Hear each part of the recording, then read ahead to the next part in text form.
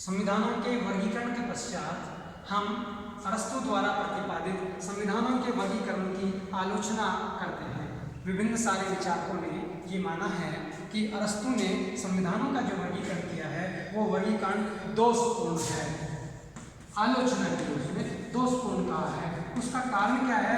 ये संविधान जो राज्यों का वर्गीकरण भी कहता है अरस्तु, राज्यों का वर्गीकरण, इसी को वो संविधानों का वर्गीकरण भी कहता है, इसी को वो शासन व्यवस्था का वर्गीकरण भी कहता है। इसका मतलब अरस्तु के विचार में राज्य, संविधान और शासन तीनों समानार्थी शब्द हैं, जबकि इन तीनों शब्दों में अंतर है। राज्य अलग होता है, संविधान अलग होता है और शासन अलग होता है। इन तीनों का अर्थ भिन्न है, तीनों के अर्थ में परिवर्तन है। शासन संप्रभु होता है, संविधान शासन नहीं होता। शासन संप्रभु होता है, संविधान नहीं होता। और संविधान दिखाई देता है, लेखन है, पुस्तक है, शासन नहीं करता। शासन करने वाले व्यक्ति अलग होते हैं। तो शासन करता व्यक्ति है, संविधान प्रलेख है और राज्य उसकी व्यवस्था है जो अदृश्य है, अर्थात राज्य दिखाई नहीं देता। राज्य को प्रतिबिंबित शासन करता है। जैसे उदाहरण के लिए आज हम देखें मोदी सरकार, अर्थात मोदी का शासन। तो राज्य किसका? भारत राज्य है, उसका सत्ता किसकी है? बीजेपी की है। और संविधान कैसा है? भारत का संविधान। तो भारत का संविधान, बीजेपी की सरकार और मोदी का शासन, तीनों चीज डिफरेंट हो गई। इसलिए इसी प्रकार से राज्य अलग है, संविधान अलग है और शासन अलग है, जबकि अरस्तु ने तीनों शब्दों को मिला दिया है, तीनों में भेद नहीं किया है। इसलिए ये समानार्थी शब्द नहीं है, इन सब का अर्थ अलग है। इसलिए अर्थ के आधार पर उसकी आलोचना की जाती है कि अरस्तु ने इन तीनों में परिवर्तन नहीं किया, इन अर्थों को नहीं बताया। दूसरी ओर रास जो है विचारक, वो ये कहते हैं कि अरस्तु का जो वर्गीकरण है वो वर्गीकरण भी दोषपूर्ण है, क्योंकि ये जो वर्गीकरण है आधुनिक दृष्टिकोण से पर्याप्त नहीं है। ये जो वर्गीकरण है ये आधुनिक दृष्टिकोण, अर्थात वर्तमान परिप्रेक्ष्य, उस आधुनिक दृष्टिकोण के आधार पर सही नहीं है। क्योंकि आज एक तंत्र पाया जाता है, फिर राजतंत्र भी है, कुलीन तंत्र भी है, सैनिक तंत्र भी है, उसके साथ अगर हम कहें तो वर्ग तंत्र भी है, फिर इसमें अगर हम कहें तो मिश्रित शासन व्यवस्था भी है, एकात्मक शासन व्यवस्था भी है, तो संघात्मक शासन व्यवस्था भी है। तो राजतंत्र और संवैधानिक तंत्र दोनों के सम्मिश्रण की शासन व्यवस्था भी है। जैसे ब्रिटेन में आज राजतंत्र भी है, कुलीन तंत्र भी है और प्रजातंत्र भी है। राजतंत्र ब्रिटेन में राजा को माना जाता है, वंशानुगत रहता है, इसलिए राजतंत्र का भी उदाहरण है ब्रिटेन। कुलीन तंत्र क्योंकि लाड़ सभा में सारे परिवार के पीयर्स और अन्य लोग बैठते हैं, तो कुलीन तंत्र का भी प्रतिनिधित्व करता है। और तीसरी ओर उसकी सारी शक्तियां और सत्ता जो है प्रधानमंत्री और मंत्रिमंडल के हाथ में है, इसलिए वो प्रजातंत्र का भी समर्थन करता है, क्योंकि वह जनता से चुना हुआ है। तो आज जो वर्तमान परिप्रेक्ष्य है उसमें अगर हम देखें आधुनिक दृष्टिकोण से, तो संविधानों का जो वर्गीकरण किया है वो अरस्तु द्वारा वर्गीकरण इसलिए दोषपूर्ण बताया जाता है कि उसने मात्र 3 शुद्ध रूप और 3 विकृत रूप बताएं, जबकि संविधानों के विविध प्रकार के रूप हो सकते हैं जो समय, काल और परिस्थिति के साथ, समन्वय के साथ, जनता की आवश्यकता के अनुसार परिवर्तित होते हैं, जो आधुनिक समय में इन्हें लागू नहीं किया जा सकता है। एकात्मक है, संघात्मक है, ऐसी इसमें मान्यता है। व्यावसायिक आधार पर भी संविधानों का वर्गीकरण किया जा सकता है। इसलिए अरस्तु द्वारा प्रतिपादित संविधानों का वर्गीकरण स्पष्ट नहीं है, पूर्ण नहीं है, विस्तृत नहीं है, विश्लेषणात्मक नहीं है। इन आधार बिंदुओं को लेकर जो रास हैं वो ये कहते हैं कि अरस्तु का वर्गीकरण वास्तविक दृष्टि से आधुनिक नहीं कहा जा सकता।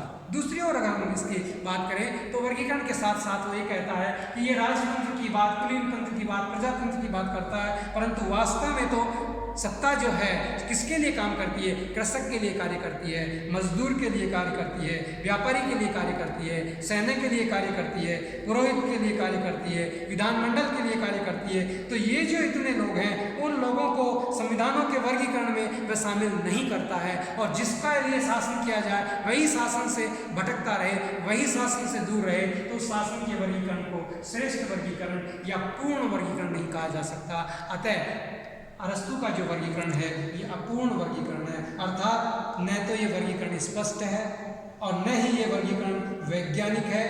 ये परंपरा विरोधी सिद्धांत पर आधारित वर्गीकरण है, विरोधाभासों से भरा हुआ वर्गीकरण है, वर्गहित के सिद्धांत पर, संख्या के आधार पर ये इसका वर्गीकरण करता है, विरोध के आधार पर, उद्देश्य के आधार पर वर्गीकरण करता है। तो ये जो वर्गीकरण कहलाएगा संख्या के आधार पर वर्गीकरण, एक व्यक्ति का शासन, कुछ व्यक्तियों का शासन, अधिक व्यक्तियों का शासन। अब यहाँ ये भी नहीं बताया कि किस अधिक का मतलब किस वर्ग का प्रतिनिधित्व करेगा। ये कृषक का प्रतिनिधित्व कर रहा है तो कितने कृषक होंगे, कितने मजदूर होंगे, इसमें कितने हैं जो इसके अंदर सैनिक होंगे, कितने लोग इसमें होंगे। अर्थात वो ये भी नहीं बताता कितने कितने व्यक्ति किस किस वर्ग के या सभी वर्गों का सम्मिलित प्रतिनिधित्व होगा। इसलिए इसका जो वर्गीकरण है वह स्पष्ट है। फिर अवैज्ञानिक है।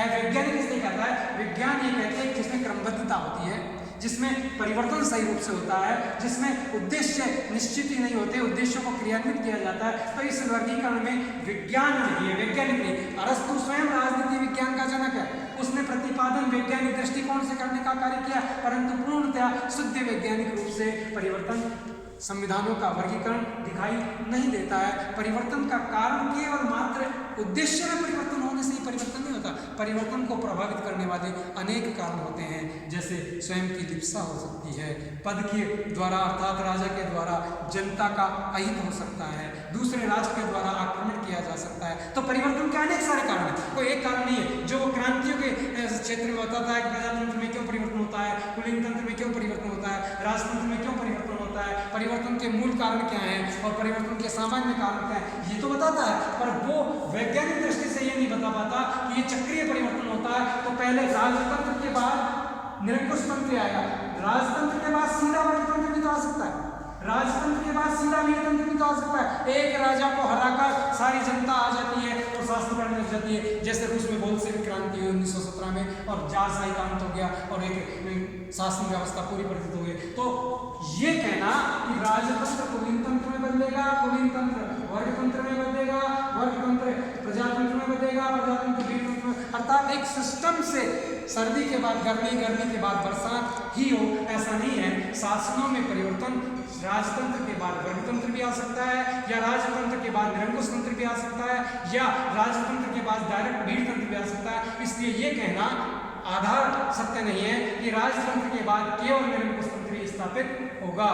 इसलिए इस आधार पर भी अरस्तु के इस वर्गीकरण की आलोचना की जाती है। आलोचना का एक और आधार बिंदु बताया जाता है, वो ये आधार लिया जाता है कि अरस्तु ने जो ये वर्गीकरण किया है, ये वर्गीकरण प्लेटो की पुस्तक लॉज,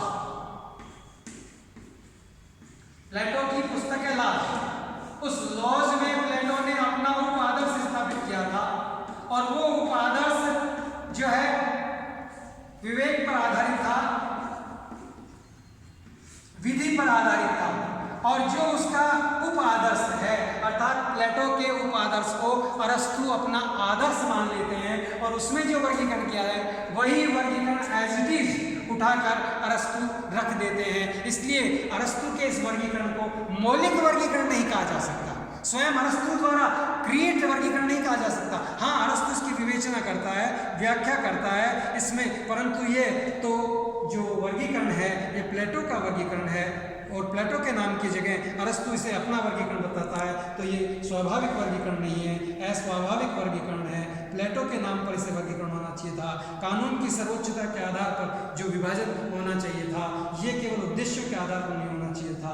परंतु इन सभी त्रुटियों और आलोचनाओं के पश्चात भी अरस्तु द्वारा प्रतिपादित संविधानों के वर्गीकरण के आधार की आज भी उपयोगिता है और आधुनिक युग में संविधानों का वर्गीकरण करने वाले विचारक भी प्लेटो और अरस्तु के वर्गीकरण को आधार बिंदु मानते हैं और उसे आधार लेकर उसमें परिवर्तन करते हैं। इसलिए इसके द्वारा प्रथम बार संविधानों का एक प्रकार से शासन व्यवस्थाओं का अध्ययन करना और उन शासन व्यवस्थाओं के अध्ययन के पश्चात शासन का वर्गीकरण करना, शासन में परिवर्तन के आधार और तत्वों को बताना, ये मौलिकता ना प्लेटो के आधार पर मौलिकता न होते हुए भी ये अरस्तु की अपनी विशेषता है, अरस्तु की अपनी योग्यता है, अरस्तु का अपना विशेष योगदान है। इसलिए आज के जो भी वर्गीकरण होते हैं वो भी अरस्तु के वर्गीकरण को स्वीकार करके उसमें परिवर्तन करते हैं या जोड़ते हैं या इसे आगे बढ़ाते हैं। इसलिए अरस्तु के वर्गीकरण की अपने आप में महत्व है, अपना एक आधार बिंदु है जिसे नकारा नहीं जा सकता। धन्यवाद।